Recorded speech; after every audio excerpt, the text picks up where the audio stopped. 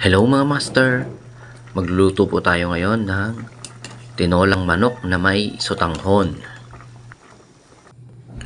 Una nating gagawin mga master, igigisa natin ang bawang, sibuyas at ang luya natin.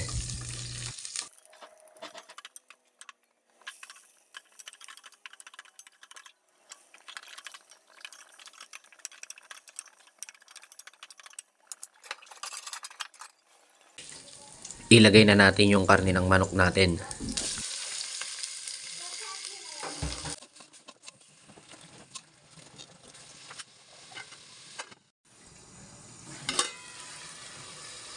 Halu-haluin lang natin mga master.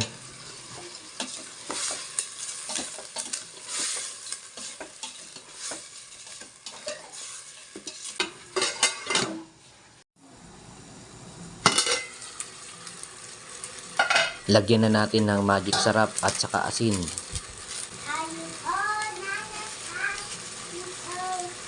Gandang mood ng anak ko ah.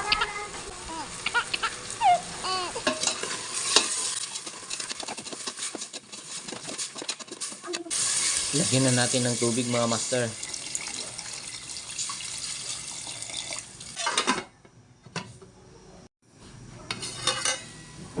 Ilagay na natin yung sayote mga master.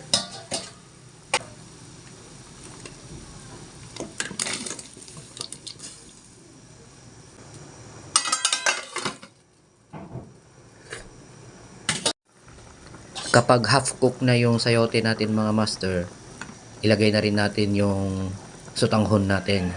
Sakto mamaya maluluto na. Sabay sila maluto ng sotanghon.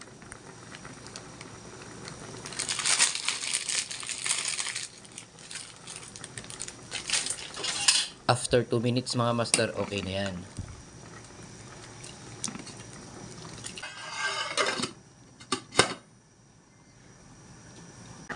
O ayan mga master, okay na. Tirahin na natin habang mainit-init pa yung sabaw mga master. Thank you sa panonood mga master.